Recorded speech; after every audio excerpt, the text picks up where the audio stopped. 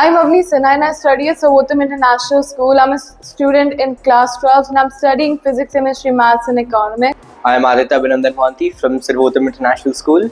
I came to the École Institute to learn more about how does designing shape our lives for the taster program, I believe, and it was amazing. Today my experience was great. Got to know a thing that I never knew about. It was great. I think the way the session started, like right off the bat, it was cool. First of all, I do graphic designing personally, so to learn that it's more than just what we see on social media, but in gaming, website designing, animations, I think that's an opportunity which we have not been told about before, and learning about that has made me really consider this university as an option for myself. When we started learning about games, when we started learning about designs, I got to know that many things that are there in our daily life we never knew about.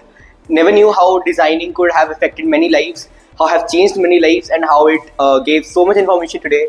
That how people organize them, how people do, how people work along, how people design, how people showcase their talent in various fields just by knowing some few minor things that change their life entirely. Overall, it was a wonderful experience. It was great. As I said, I got to know new things I never knew about.